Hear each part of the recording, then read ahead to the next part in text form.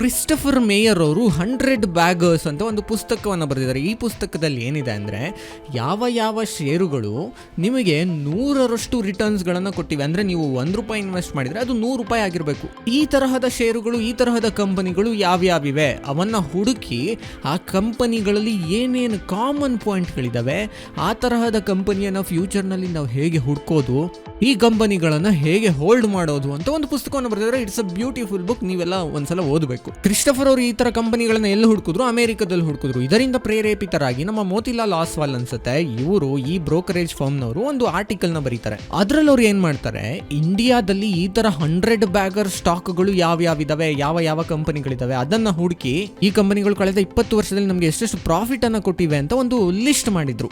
1994ರಿಂದ 2004ರವರೆಗೆ ಸರಿಸುಮಾರು 50 ಕಂಪನಿಗಳು ನಮಗೆ 100 ಬ್ಯಾಗರ್ಸ್ ಗಿಂತ ಜಾಸ್ತಿ ರಿಟರ್ನ್ ಗಳನ್ನ ಕೊಟ್ಟಿದ್ದಾವಂತೆ. ಫಾರ್ ಎಕ್ಸಾಂಪಲ್ ಇನ್ಫೋಸಿಸ್, ಇದು ನಿಮ್ಮ ₹1 ದುಡ್ಡನ್ನ 2902 ಮಾಡಿದಂತೆ. ಅಂದ್ರೆ ನೀವು 1 ಲಕ್ಷ ಇನ್ವೆಸ್ಟ್ ಮಾಡಿದ್ರೆ 20 ವರ್ಷದ ಕೆಳಗಡೆ, 20 ವರ್ಷದ ನಂತರ 29 ಕೋಟಿ ರೂಪಾಯಿಗಳು. ಲ್ಯೂಪಿನ್ 1170 ಟೈಮ್ಸ್ ನಿಮ್ಮ ದುಡ್ಡನ್ನು ಮಲ್ಟಿಪ್ಲೈ ಮಾಡಿದೆ. ವಿಪ್ರೋ 875 ಬಾರಿ, ಏಷ್ಯನ್ ಪೇಂಟ್ಸ್ 106 ಬಾರಿ. ಏಷ್ಯನ್ ಪೇಂಟ್ಸ್ ₹1 106 ಮಾಡಿದೆ. ಈ ತರ ಹಲವಾರು ಕಂಪನಿಗಳಿದಾವೆ. ನನ್ನ ಪ್ರಶ್ನೆ ಇಷ್ಟೇ, 20 ವರ್ಷಗಳಿಂದ ಈ ಕಂಪನಿಗಳು ಇಷ್ಟೊಂದು ರಿಟರ್ನ್ಸ್ ಗಳನ್ನ ಕೊಟ್ಟಿವೆ. ಈ ಕಂಪನಿಯನ್ನ ನಾವು ಎಕ್ಸಾಂಪಲ್ ಗಳನ್ನಾಗಿ ತಗೊಂಡು, ಈ ಕಂಪನಿಗಳಲ್ಲಿ ಏನೇನ್ ಕಾಮನ್ ಇದಾವೆ ಆ ಪಾಯಿಂಟ್ಸ್ ಗಳನ್ನ ತಗೊಂಡು, ಇನ್ನು ಮುಂದಿನ 20 ವರ್ಷಕ್ಕೆ ನಾವು ಯಾವ್ದಾದ್ರು ಕಂಪನಿಗಳನ್ನ ಹುಡ್ಕೋಕಾಗಲ್ವಾ ಈ ತರಹದ ಕಂಪನಿಗಳನ್ನ ಅಂತ. ಏನ್ ಗೊತ್ತಾ, ಇನ್ಫೋಸಿಸ್ ನಲ್ಲಿ 20 ವರ್ಷಕ್ಕೆ ಮುಂಚೆ ನೀನು 1 ಲಕ್ಷ ಆಗ್ಬಿಟ್ಟಿದ್ರೆ ಇವಾಗ 29 ಕೋಟಿ ಆಗ್ತಿತ್ತು ಅಂತ ಹೇಳೋದು ಈಸಿ. ಬಟ್ ಆ 1 ಲಕ್ಷ 29 ಕೋಟಿ ಆಗ್ಲಿಕ್ಕೆ ಕಾರಣವೇನು?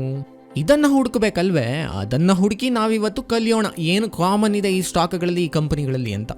ಚಾರ್ಲಿ ಮಂಗರ್ ಅವ್ರು ಹೇಳ್ತಾರೆ, if A business earns 18% on capital over 20 or 30 years, even if you pay an exorbitant price, you will end up with a fine result ಅಂತ. ಇದರ ಅರ್ಥ ಏನು ಅಂದ್ರೆ, ನೀನು ಒಂದು ಕಂಪನಿಯನ್ನು ಓಪನ್ ಮಾಡಿದ್ಯಾ, 1 ಲಕ್ಷ ರೂಪಾಯಿ ಬಂಡವಾಳ ಹಾಕಿದ್ಯಾ, ಆ 1 ಲಕ್ಷ ಬಂಡವಾಳಕ್ಕೆ 20% ಲಾಭ ಬರ್ತಿದೆ. ಅಂದ್ರೆ ಪ್ರತಿ ವರ್ಷ ನೀನು 20,000 ಲಾಭ ಮಾಡ್ತಿದ್ಯಾ. ಸೊ 2ನೇ ವರ್ಷಕ್ಕೆ ನಿಂದು ಕ್ಯಾಪಿಟಲ್ ಎಷ್ಟಾಯ್ತು? 1,20,000 ಆಯ್ತು. 1 ಲಕ್ಷ ಅಸಲು, ಇನ್ನು 20 ಲಕ್ಷ ಅದಕ್ಕೆ ಬಂದ ಲಾಭ, 1,20,000. ಆ 1,20,000 ಹೂಡಿಕೆ ಮಾಡಿ ನಿನ್ನ ಬಿಸ್ನೆಸ್ ನಲ್ಲಿ ಮತ್ತೆ 20% ಲಾಭವನ್ನ ತೆಗಿತೀಯ. ನಿನಗೆ ಬಂದಿದ್ದ ಪ್ರಾಫಿಟ್ ಎಷ್ಟು ಈ ಸಲ? 24,000. ಹೀಗೆ ನೀನು ಕ್ಯಾಪಿಟಲ್ನ ಇನ್ವೆಸ್ಟ್ ಮಾಡ್ತಾ 20 ವರ್ಷ 30 ವರ್ಷ ನೀನು 20% ರಿಟರ್ನ್ಗಳನ್ನು ತಗೊತಾ ಇದ್ರೆ ನಿನ್ನ ಕಂಪನಿಯಲ್ಲಿ, ಷೇರುಗಳ ಬೆಲೆ ಉದ್ಧಾರ ಆಗ್ದಲೆ, ಷೇರುಗಳ ಬೆಲೆ ಮೇಲೋಗ್ದಲೆ ಇನ್ನೇನಾಗತ್ತೆ? ಈ ತರಹದ ಷೇರುಗಳನ್ನ, ಈ ತರಹದ ಬಿಸ್ನೆಸ್ಗಳನ್ನ ನೀವು ಸೆಲೆಕ್ಟ್ ಮಾಡ್ಕೊಳಪ್ಪ ಅಂತ ಚಾರ್ಲಿ ಮಂಗರ್ ಹೇಳಿದ್ರು. ಸೊ ಈ ನಂಬರ್ಸ್ಗಳನ್ನ ನಾವು ಎಲ್ಲಿ ಹುಡ್ಕೋದು ಅದನ್ನೀಗ ನೋಡೋಣ. ಸೊ ನಮ್ಮ ಫಂಡಮೆಂಟಲ್ ಅನಾಲಿಸಿಸ್ ನ ಮೊದಲನೇ ಇಂಪಾರ್ಟೆಂಟ್ ನಂಬರ್ ಅಂದ್ರೆ ROE. ROE ಅಂದ್ರೇನು? Return on equity. ಮೊದಲನೆಯದಾಗಿ ರಿಟರ್ನ್ ಅಂದ್ರೇನು? ವಾಪಸ್ ಬರೋದು. ನೀನು ಹೂಡಿಕೆ ಮಾಡಿದ ದುಡ್ಡಿಗೆ ಎಷ್ಟು ದುಡ್ಡು ವಾಪಸ್ ಬರ್ತಿದೆ ಅದನ್ನ ನಾವು ರಿಟರ್ನ್ ಅಂತೀವಿ. ಈಗ ನೀವು ಬ್ಯಾಂಕ್ ನಲ್ಲಿ 1 ಲಕ್ಷ ಡೆಪಾಸಿಟ್ ಇಟ್ಟಿರ್ತೀರಾ, 6% ಬಡ್ಡಿ ಕೊಡ್ತಾರೆ ಬ್ಯಾಂಕ್ನವರು. ನಿಮ್ಗೆ ಎಷ್ಟು ದುಡ್ಡು ವಾಪಸ್ ಬರುತ್ತೆ? 6,000 ರೂಪಾಯಿ ಬರುತ್ತೆ 1 ವರ್ಷಕ್ಕೆ ಬಡ್ಡಿ ಅಂತ. ಸೊ ಈ 6% ಇದೆಯಲ್ಲ, ದಿಸ್ ಈಸ್ ಕಾಲ್ಡ್ ರಿಟರ್ನ್. ನಿನ್ಗೆ ಬ್ಯಾಂಕ್ ನಲ್ಲಿ ಎಷ್ಟು % ರಿಟರ್ನ್ ಸಿಗ್ತಿದೆ? 6% ರಿಟರ್ನ್ ಸಿಗ್ತಿದೆ. ಈಗ ರಿಟರ್ನ್ ಅಂದ್ರೇನು ಅಂತ ಗೊತ್ತಾಯ್ತು. ರಿಟರ್ನ್ ಆನ್ ಈಕ್ವಿಟಿ ಅಂದ್ರೇನು? ಈಕ್ವಿಟಿ ಅಂದ್ರೆ ನೀನು ನಿನ್ನ ಕಂಪನಿಯಲ್ಲಿ ಹೂಡಿಕೆ ಮಾಡಿರುವ ಬಂಡವಾಳ. ಇನ್ಫೋಸಿಸ್ ನವ್ರು ಏನ್ ಮಾಡಿದ್ರು? 10,000 ರೂಪಾಯಿಗಳ ಬಂಡವಾಳದಿಂದ ಬಿಸ್ನೆಸ್ ನ ಸ್ಟಾರ್ಟ್ ಮಾಡಿದ್ರು. ಸೊ ಅವರ ಹೂಡಿಕೆ ಎಷ್ಟಾಯ್ತು? ಅವರ ಈಕ್ವಿಟಿ ಎಷ್ಟಾಯ್ತು? 10,000 ರೂಪಾಯಿಗಳಾದ್ವು. ಈಗ ಅವ್ರಿಗೆ 10,000 ರೂಪಾಯಿಗಳು ಸಾಕಾಗ್ತಿಲ್ಲ, ಬಿಸ್ನೆಸ್ ನ ಎಕ್ಸ್ಪ್ಯಾಂಡ್ ಮಾಡಬೇಕಾಗಿದೆ. ಅದರಿಂದ ಇನ್ನೂ 5,000 ರೂಪಾಯಿಗಳು ಎಕ್ಸ್ಟ್ರಾ ಬೇಕಿದೆ. ಆದ್ರಿಂದ ಅವ್ರು ಏನ್ ಮಾಡಿದ್ರು? ಶೇರು ಮಾರ್ಕೆಟ್ಗೆ ಬಂದ್ರು, IPO ರಿಲೀಸ್ ಮಾಡಿದ್ರು. IPO ನಲ್ಲಿ ಜನಗಳಿಗೆ ಕೇಳಿದ್ರು ಏನಂತ, ನಾನು ಬಿಸ್ನೆಸ್ ನ ಎಕ್ಸ್ಪ್ಯಾಂಡ್ ಮಾಡ್ತಿದ್ದೀನಿ, ನನಗೆ 5,000 ರೂಪಾಯಿಗಳನ್ನ ನೀವು ಕೊಡಿ ಅಂತ. ಸೊ ಈಗ ಜನಗಳು ಏನ್ ಮಾಡಿದ್ರು? 5,000 ರೂಪಾಯಿಗಳನ್ನ ಹೂಡಿಕೆ ಮಾಡಿದ್ರು ಇನ್ಫೋಸಿಸ್ ನಲ್ಲಿ. ಈಗ ಟೋಟಲ್ ಬಂಡವಾಳ ಎಷ್ಟಾಯ್ತು ಇನ್ಫೋಸಿಸ್ಗೆ? ಮೊದಲು ಹೂಡಿಕೆ ಮಾಡಿದ 10,000 ಪ್ಲಸ್ IPO ನಿಂದ ಕಲೆಕ್ಟ್ ಮಾಡಿದ 5,000, ಟೋಟಲ್ 15,000 ಆಯ್ತು. ಈಗ ಅವರ ಈಕ್ವಿಟಿ 10,000ದಿಂದ 15,000 ತಲುಪ್ತು. ಈಗ ROE ಅಥವಾ ರಿಟರ್ನ್ ಆನ್ ಈಕ್ವಿಟಿ ಅಂದ್ರೇನು? ನಾವು ಎಷ್ಟು ಬಂಡವಾಳವನ್ನು ಹೂಡಿಕೆ ಮಾಡಿದೀವಿ ಅದರ ಮೇಲೆ ಎಷ್ಟು ಲಾಭವನ್ನ ತೆಗೆದಿದೆ ಕಂಪನಿ. ಈಗ ನಾವು ಹೂಡಿಕೆ ಮಾಡಿದ ಬಂಡವಾಳ ಎಷ್ಟು? 15,000. ಅದಕ್ಕೆ ಎಷ್ಟು ಪ್ರಾಫಿಟ್ ಬಂದಿದೆ? ಆ ಪ್ರಾಫಿಟ್ ಡಿವೈಡೆಡ್ ಬೈ ನಮ್ಮ ಬಂಡವಾಳ, ಈಕ್ವಿಟಿ, ಇದನ್ನ ಮಾಡಿ ಒಂದು ನಂಬರ್ ಸಿಗುತ್ತಲ್ಲ, ಆ ನಂಬರ್ ಅನ್ನು ನಾವು ROE ಅಂತ ಕರಿತೇವೆ. ಸೊ ಈಗ ಇನ್ಫೋಸಿಸ್ 15,000 ರೂಪಾಯಿಗಳನ್ನ ಹೂಡಿಕೆ ಮಾಡ್ತು, ಅವರಿಗೆ ಬಂದ ಲಾಭ ಎಷ್ಟು? 1,500 ರೂಪಾಯಿ. ಸೊ ಆನ್ಸರ್ ಎಷ್ಟು ಬಂತು? 10% ಬಂತು. ಇನ್ಫೋಸಿಸ್ ನ ROE ಎಷ್ಟು? ರಿಟರ್ನ್ ಆನ್ ಈಕ್ವಿಟಿ ಎಷ್ಟು? 10%. ಈಗ ನೀವು ಇದರ ಡೆಫಿನೇಷನ್ ಎಲ್ಲ ನೆನ್ಪಿಟ್ಕೊಬೇಕಾ? ಖಂಡಿತ ಇಲ್ಲ. ಇದರ ಫಾರ್ಮುಲಾಗಳನ್ನೆಲ್ಲ ನೆನ್ಪಿಟ್ಕೊಬೇಕಾ? ಖಂಡಿತ ಇಲ್ಲ. ಈ ಲೆಕ್ಕಗಳನ್ನೆಲ್ಲ ನೀವು ಕೂತ್ಕೊಂಡು ಪೆನ್ನು ಪುಸ್ತಕದಲ್ಲಿ ಮಾಡಬೇಕಾ? ಖಂಡಿತ ಇಲ್ಲ. ಬಿಕಾಸ್ ಇದೆಲ್ಲ ರೆಡಿಮೇಡ್ ಸಿಗುತ್ತೆ. ನಾನು ನಿಮಗೆ ಅರ್ಥ ಆಗಲಿ ಅಂತ ಹೇಳಿದೆ ಅಷ್ಟೇ ಫಾರ್ಮುಲಾಗಳನ್ನು. ಸೊ ಈಗ ನಿಮಗೆ ರಿಟರ್ನ್ ಆನ್ ಈಕ್ವಿಟಿ ಅಂದ್ರೆ ಏನು ಅಂತ ಗೊತ್ತಾಯ್ತಲ್ಲ. ಈ ರಿಟರ್ನ್ ಆನ್ ಈಕ್ವಿಟಿ ಅಟ್ಲೀಸ್ಟ್ 15% ಇರಬೇಕು ಲಾಸ್ಟ್ 3 ರಿಂದ 5 ವರ್ಷಗಳಲ್ಲಿ. ಈ ತರಹದ ಕಂಪನಿಗಳನ್ನೇ ನಾವು ಸೆಲೆಕ್ಟ್ ಮಾಡಿಕೊಂಡು ಟ್ರೇಡ್ ಮಾಡಬೇಕು, ಇನ್ವೆಸ್ಟ್ ಮಾಡಬೇಕು. That is the rule number 1. Company ಎಷ್ಟು ಪ್ರಾಫಿಟ್ ಮಾಡುತ್ತೋ ಅಷ್ಟು ಜಾಸ್ತಿ ಕಂಪನಿಯ ಷೇರುಗಳ ಬೆಲೆ ಮೇಲೋಗುತ್ತೆ. ಈಗ ಇಲ್ಲಿ ನಾವು ಒಂದು ಇಂಪಾರ್ಟೆಂಟ್ ಪಾಯಿಂಟ್ ಅನ್ನ ಅಬ್ಸರ್ವ್ ಮಾಡಬೇಕು. ಕಂಪನಿ ಏನೋ ಪ್ರತಿ ವರ್ಷ ನಿಮಗೆ 20% ರಿಟರ್ನ್ ಆನ್ ಈಕ್ವಿಟಿಯನ್ನ ತೋರಿಸ್ತಾ ಇದೆ. ಆದರೆ ಹೀಗೆ ಬಂದ ಲಾಭವನ್ನ ಮತ್ತೆ ಬಿಸ್ನೆಸ್ಗೆ ರೀಇನ್ವೆಸ್ಟ್ ಮಾಡ್ತಿದ್ಯಾ ಅದನ್ನು ನೋಡ್ಬೇಕು. ಫಾರ್ ಎಕ್ಸಾಂಪಲ್, ಫಸ್ಟ್ ವರ್ಷ 1 ಲಕ್ಷ ಬಂಡವಾಳ ಹಾಕಿ 20% ಲಾಭ ತೆಗೆದ್ರು 1,20,000 ಆಯ್ತು. ಎರಡನೇ ವರ್ಷ 1,20,000 ಫುಲ್ ನ ತಮ್ಮ ಬಿಸ್ನೆಸ್ಗೆ ಹಾಕಿ 1,20,000 ಮೇಲೆ ನಮಗೆ 20% ರಿಟರ್ನ್ ತಗೊಳ್ತಿದಾರಾ? ಅದು ಇಂಪಾರ್ಟೆಂಟ್. ಈಗ ಏನ್ ಮಾಡ್ಬಿಡ್ತಾರೆ ಗೊತ್ತಾ? ಬಂದ ಲಾಭವನ್ನ 20,000 ಹಂಚ್ಬಿಡ್ತಾರೆ ಎಲ್ಲರಿಗೂ. ಡಿವಿಡೆಂಡ್ ಅಂತ ಹಂಚ್ಬೋದು ಅಥವಾ ಬೇರೆ ಏನಾದ್ರು ಈ ತರ. ಹೀಗೆ ಬಂದ ಲಾಭವನ್ನೆಲ್ಲ ಹಂಚ್ಬಿಟ್ರೆ ಏನಾಗುತ್ತೆ? ಕಂಪನಿಯ ಬಂಡವಾಳ 1 ಲಕ್ಷನೇ ಇರುತ್ತೆ, ಪ್ರತಿ ವರ್ಷ 20% ಡಿವಿಡೆಂಡ್ ಕೊಡ್ತಿರುತ್ತೆ. ಬಟ್ ಕಂಪನಿ ಬೆಳೆಯೋದಿಲ್ಲ, ದೊಡ್ಡ ಮಟ್ಟದಲ್ಲಿ ಬೆಳೆಯೋದಿಲ್ಲ. ಡಿವಿಡೆಂಡ್ ಕೊಡ್ತಿದಾರ, ಕೊಡ್ಲಿ. ಬಂದಿರೋ ಲಾಭದಲ್ಲಿ 10% ಡಿವಿಡೆಂಡ್ ಕೊಡ್ಲಿ, ಇರೋ ಬರೋ ಲಾಭವನ್ನೆಲ್ಲ ಕೊಟ್ಬಿಡ್ಬಾರ್ದು ಅಂತ ಅಷ್ಟೇ ಪಾಯಿಂಟ್. ಕಂಪನಿ ದೊಡ್ಡ ಮಟ್ಟದಲ್ಲಿ ಬೆಳಿಬೇಕು ಅಂದರೆ ಅದು ಬಂಡವಾಳವನ್ನು ಹೆಚ್ಚು ಹೂಡಿಕೆ ಮಾಡಬೇಕು. ಬಂದಿರೋ ಪ್ರಾಫಿಟನ್ನು ಬಂಡವಾಳದಲ್ಲಿ ಹೂಡಿಕೆ ಮಾಡಿ ಕಂಪನಿಯನ್ನು ಬೆಳೆಸಬೇಕು. ಅದು very important. Okay, return on ಈಕ್ವಿಟಿಯನ್ನು ನೋಡಿ ಕಂಪನಿಯಲ್ಲಿ ಹೂಡಿಕೆ ಮಾಡಬೇಕು ಅಂತ ನಮಗೆ ಗೊತ್ತಾಯ್ತು. ಸೊ ನಾವೆಲ್ಲ ಏನು ಮಾಡ್ತೀವಿ?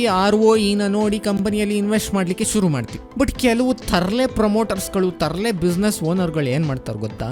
ಅವ್ರಿಗೆ ಗೊತ್ತಿರುತ್ತೆ ಏನು ROE ನೋಡ್ಬಿಟ್ಟು ಇನ್ವೆಸ್ಟರ್ಗಳು ಇನ್ವೆಸ್ಟ್ ಮಾಡ್ತಾವ್ರೆ ಅಂತ.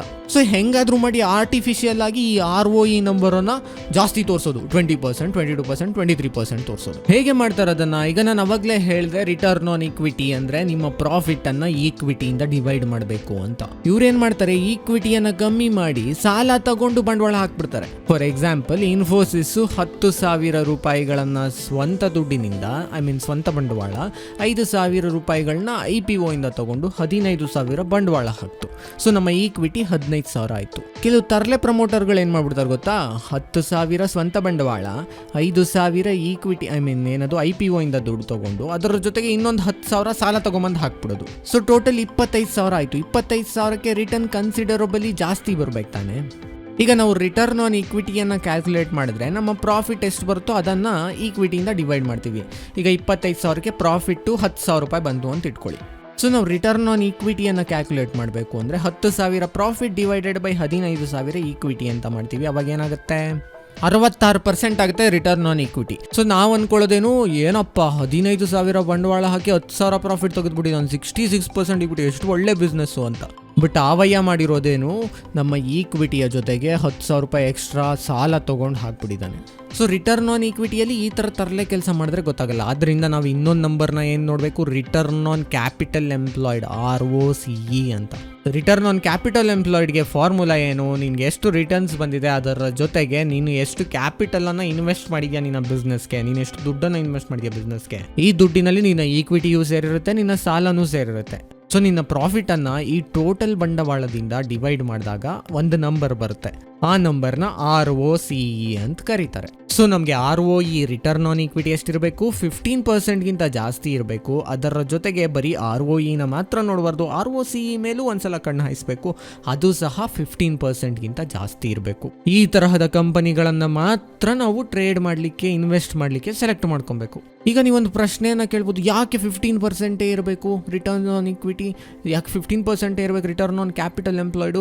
ಇನ್ಫ್ಯಾಕ್ಟ್ 15%ಗಿಂತ ಜಾಸ್ತಿ ಇರಬೇಕು. 17-18% ಇದ್ರೆ ಇನ್ನೂ ಒಳ್ಳೆಯದು. ನಾನು 15 ಅಂತ ಸುಮ್ಮನೆ ಕಟ್ ಆಫ್ ರೇಂಜ್ಗೆ ಒಂದು 15% ಅಂತ ಹೇಳಿದ್ದೀನಿ. ಬಟ್ ಯಾಕೆ ಈ ನಂಬರು ಅನ್ನೋದನ್ನು ಈಗ ಹೇಳ್ತೀನಿ ಕೇಳಿ. ಈಗ ನೀನು ಷೇರು ಮಾರುಕಟ್ಟೆನಲ್ಲಿ ಏನಕ್ಕಪ್ಪ ಇನ್ವೆಸ್ಟ್ ಮಾಡ್ತಿದ್ಯಾ? ಅದು ನನ್ನ ಪ್ರಶ್ನೆ. ನನ್ನ ಪ್ರಶ್ನೆಗೆ ನಿಮ್ಮ ಉತ್ತರ ಏನಾಗಿರುತ್ತೆ? ಇನ್ವೆಸ್ಟ್ಮೆಂಟ್ ಯಾಕೆ ಮಾಡ್ತೀನಿ ಅಂದರೆ ಬ್ಯಾಂಕಿಂದ್ಗಿಂತ ಜಾಸ್ತಿ ರಿಟರ್ನ್ಸ್ ಬರುತ್ತೆ ಷೇರು ಮಾರುಕಟ್ಟೆಯಲ್ಲಿ. ಬ್ಯಾಂಕಲ್ಲಿ ನಾನು ಫಿಕ್ಸೆಡ್ ಡೆಪಾಸಿಟ್ ಇಟ್ಟರೆ ಬರೀ ಒಂದು 7% 6% ನನಗೆ ವರ್ಷಕ್ಕೆ ಬಡ್ಡಿ ಸಿಗ್ಬೋದು. ಬಟ್ ಷೇರು ಮಾರುಕಟ್ಟೆನಲ್ಲಿ ಇನ್ನೂ ಜಾಸ್ತಿ ಸಿಗುತ್ತೆ. ನೀನು ಎಷ್ಟು ಎಕ್ಸ್ಪೆಕ್ಟ್ ಮಾಡ್ತಿದ್ಯಾ ಅಂದರೆ ನಿಮ್ಮ ಆನ್ಸರ್ ಏನಿರುತ್ತೆ? 30%, 25%, 35%, ಎಷ್ಟು ಸಿಕ್ಕಿದ್ರೂ ಬಾಚ್ಕೊತೀನಿ ನಾನು. ಇದೆ ಅಲ್ವಾ ನಿಮ್ಮ ಉತ್ತರ? ಷೇರು ಮಾರುಕಟ್ಟೆಗೆ ನೀವು ಬರೋದು ಯಾಕೆ? ಜಾಸ್ತಿ ದುಡ್ಡನ್ನು ಅರ್ನ್ ಮಾಡೋದಕ್ಕೆ, ಜಾಸ್ತಿ ರಿಟರ್ನ್ಸ್ಗಳನ್ನು ಎಕ್ಸ್ಪೆಕ್ಟ್ ಮಾಡ್ತಾ ಬರೋದು ಷೇರು ಮಾರುಕಟ್ಟೆಗೆ ಯಾರೇ ಆಗಲಿ. ಸೊ ಬ್ಯಾಂಕ್ನಲ್ಲಿ ದುಡ್ಡನ್ನ ಡೆಪಾಸಿಟ್ ಇಡೋದು ಬಿಟ್ಬಿಟ್ಟು ಶೇರ್ ಮಾರ್ಕೆಟಲ್ಲಿ ತೊಗೊಂಡೋಗಿ ನೀನು ದುಡ್ಡನ್ನ ಹಾಕ್ತೀಯ. ಸೊ ಷೇರು ಮಾರುಕಟ್ಟೆಯಲ್ಲಿ ನೀನು ದುಡ್ಡು ಹಾಕಿದಾಗ ಕಂಪನಿಯ ಎಷ್ಟೋ ಶೇರುಗಳು ನಿನ್ನ ಖಾತೆಗೆ ಬಂದು ತಲುಪ್ತವೆ. ನೀನು ಆ ಕಂಪನಿಯನ್ನು ಯಾಕೆ ಪರ್ಚೇಸ್ ಮಾಡ್ತಿದ್ಯಾ? ಕಂಪನಿಯ ಬಿಸ್ನೆಸ್ ತುಂಬ ಚೆನ್ನಾಗಿದೆ, ಕಂಪನಿಯ ಬಿಸ್ನೆಸ್ನಲ್ಲಿ ಒಳ್ಳೆ ಪ್ರಾಫಿಟ್ ಬರ್ತಿದೆ ಅಂತ ಇನ್ವೆಸ್ಟ್ ಮಾಡ್ತಿದ್ಯಾ. ಈಗ ಕಂಪನಿಯ ಪ್ರಾಫಿಟ್ಟು ನಿನ್ನ ಬ್ಯಾಂಕ್ನಲ್ಲಿ ಬರುವಂಥ ರಿಟರ್ನ್ಸ್ಗಳಿಗಿಂತ ಕಡಿಮೆ ಇದ್ರೆ ನೀನು ಇನ್ವೆಸ್ಟ್ ಮಾಡೇನಪ್ಪ ಪ್ರಯೋಜನ? ಈಗ ಕಂಪನಿಯ ರಿಟರ್ನ್ ಆನ್ ಈಕ್ವಿಟಿ ಒಂದು 6% ಇತ್ತು ಅಂತ ಇಟ್ಕೋ, 7% ಇತ್ತು ಅಂತ ಇಟ್ಕೋ. ನೀನು ಬ್ಯಾಂಕ್ನಲ್ಲಿ ರಿಸ್ಕ್ ಫ್ರೀ ಆಗಿಯೇ ನಿನಗೆ 7%, 6% ರಿಟರ್ನ್ ಸಿಕ್ತಿತ್ತಲ್ಲ. ಮಾರ್ಕೆಟ್ನಲ್ಲಿ ಇಷ್ಟೊಂದು ರಿಸ್ಕ್ ತಗೊಂಡೋಗಿ ಆ ಕಂಪನಿಯ ಶೇರನ್ನು ನೀನು ಯಾಕೆ ಪರ್ಚೇಸ್ ಮಾಡ್ತೀಯಾ? ನೀನು ಬಂಡವಾಳವನ್ನು ಹೂಡಿಕೆ ಮಾಡಿ ಒಂದು ಬಿಸ್ನೆಸ್ ಮಾಡ್ತಿದ್ಯಾ ಅಂದರೆ ರಿಸ್ಕ್ ತಗೊಂತಿದ್ಯಾ. ಯಾಕೆ ರಿಸ್ಕ್ ತಗೊಂತಿದ್ಯಾ? ಬ್ಯಾಂಕಿಗಿಂತ ಹೆಚ್ಚು ರಿಟರ್ನ್ಸ್ ಬರಲಿ ಅಂತ ರಿಸ್ಕ್ ತಗೊಂತಿದ್ಯಾ. ಹೀಗಿದ್ದಾಗ ನಿನಗೆ ಯಾವುದೋ ಒಂದು ಕಂಪನಿ ಪ್ರಾಫಿಟೇ ಮಾಡ್ತಿರಲ್ಲ, ಅಂಥ ಕಂಪನಿಯಲ್ಲೋಗಿ ನೀನು ಇನ್ವೆಸ್ಟ್ ಮಾಡೇನು ಪ್ರಯೋಜನ? ಯಾವುದೋ ಒಂದು ಕಂಪನಿ 3%, 4% ರಿಟರ್ನ್ ಆನ್ ಈಕ್ವಿಟಿ ಕೊಡ್ತಿರತ್ತೆ, ಅಂಥ ಕಂಪ್ನಿಯಲ್ಲಿ ನೀನು ಇನ್ವೆಸ್ಟ್ ಮಾಡೇನು ಪ್ರಯೋಜನ? ಚಾರ್ಲಿ ಮಂಗರ್ ಹೇಳಿದ್ದೇನು, ಯಾವುದಾದ್ರೂ ಒಂದು ಕಂಪನಿ 18-20% ರಿಟರ್ನ್ ಆನ್ ಈಕ್ವಿಟಿಯನ್ನು ಮಾಡ್ತಾ ಇದ್ರೆ ಪ್ರತಿ ವರ್ಷ 20-25 ವರ್ಷದಲ್ಲಿ 100 ಬ್ಯಾಗರ್ ಆಗುತ್ತೆ ಸ್ಟಾಕು ಅಂತ. ಅಂಥ ಸ್ಟಾಕ್ಗಳನ್ನ ನಾವು ಹುಡುಕಬೇಕು. ಲಾಜಿಕ್ ಗೊತ್ತಾಯ್ತಲ್ಲ ಯಾಕೆ ನಾವು 15%ಗಿಂತ ಜಾಸ್ತಿ ರಿಟರ್ನ್ ಆನ್ ಈಕ್ವಿಟಿಯನ್ನು ಎಕ್ಸ್ಪೆಕ್ಟ್ ಮಾಡ್ತಿದ್ದೀವಿ ಅಂತ. ಇದಕ್ಕೆ ಕೆಲವೊಂದು ಎಕ್ಸೆಪ್ಷನ್ಗಳಿದ್ದಾವೆ. For example, there is something called CRAMS business in pharma sector. Pharma ಸೆಕ್ಟರ್ನಲ್ಲಿ ಕ್ರಾಮ್ಸ್ ಅಂತ ಮಾಡ್ತಾರೆ, ಕಾಂಟ್ರಾಕ್ಟ್ ರಿಸರ್ಚ್ ಆ್ಯಂಡ್ ಮ್ಯಾನುಫ್ಯಾಕ್ಚರಿಂಗ್ ಅಂತ. ಈ ಬಿಸ್ನೆಸ್ನಲ್ಲಿ ಏನು ಮಾಡ್ತಾರೆ ಅಂದರೆ ದೊಡ್ಡ ದೊಡ್ಡ ಕಂಪನಿಗಳಿರ್ತಾವಲ್ಲ ವೆಸ್ಟರ್ನ್ ಕಂಟ್ರೀಸ್ನಲ್ಲಿ, ಈಗ ಅಮೇರಿಕಾ, ಯುರೋಪು. ಈಗ ಫೈಸರ್ ಅಂತ ಒಂದು ಕಂಪನಿ ಇದೆ. ಆ ಫೈಸರ್ ಕಂಪನಿಯವರು ಒಂದು ಮಾಲಿಕ್ಯೂಲನ್ನು ಇನ್ವೆಂಟ್ ಮಾಡ್ತಾರೆ. ಅಂದರೆ ಯಾವುದೋ ಒಂದು ಹೊಸ ಮೆಡಿಸಿನನ್ನು ಇನ್ವೆಂಟ್ ಮಾಡ್ತಾರೆ. ಅದನ್ನು ಟ್ರಯಲ್ ಮಾಡಬೇಕಲ್ಲ, phase 1 trial, phase 2 trial, phase 3 trial, ಅದಕ್ಕೆ ಮುಂಚೆ ಅನಿಮಲ್ ಟ್ರಯಲ್ಗಳು, ಇದನ್ನೆಲ್ಲ ಮಾಡಬೇಕಲ್ಲ. ಇದನ್ನು ಮಾಡೋದಕ್ಕೆ ಅಮೇರಿಕಾದಲ್ಲಿ, ಯುರೋಪಲ್ಲಿ ತುಂಬ ಖರ್ಚಾಗುತ್ತೆ. ಸೊ ಅವ್ರೇನು ಮಾಡ್ತಾರೆ, ಇಂಡಿಯಾ ಆ್ಯಂಡ್ ಚೈನಾದಂತಹ ಮಿಡಲ್ ಇನ್ಕಮ್ ಕಂಟ್ರೀಸ್ಗೆ ಬಂದು ಇಲ್ಲಿರುವ ಕಂಪನಿಗಳಿಗೆ ಕಾಂಟ್ರಾಕ್ಟ್ ಕೊಟ್ಬಿಡ್ತಾರೆ. ನೀನು ಟೆಸ್ಟ್ ಮಾಡಪ್ಪ, ನಾನು ಕಂಡಿಡ್ದಿರೋ ಡ್ರಗ್ನ ಅನಿಮಲ್ಗಳ ಮೇಲೆ, ಇಲಿಗಳ ಮೇಲೆ ಟೆಸ್ಟ್ ಮಾಡು ಅಂತ ಹೇಳ್ತಾರೆ.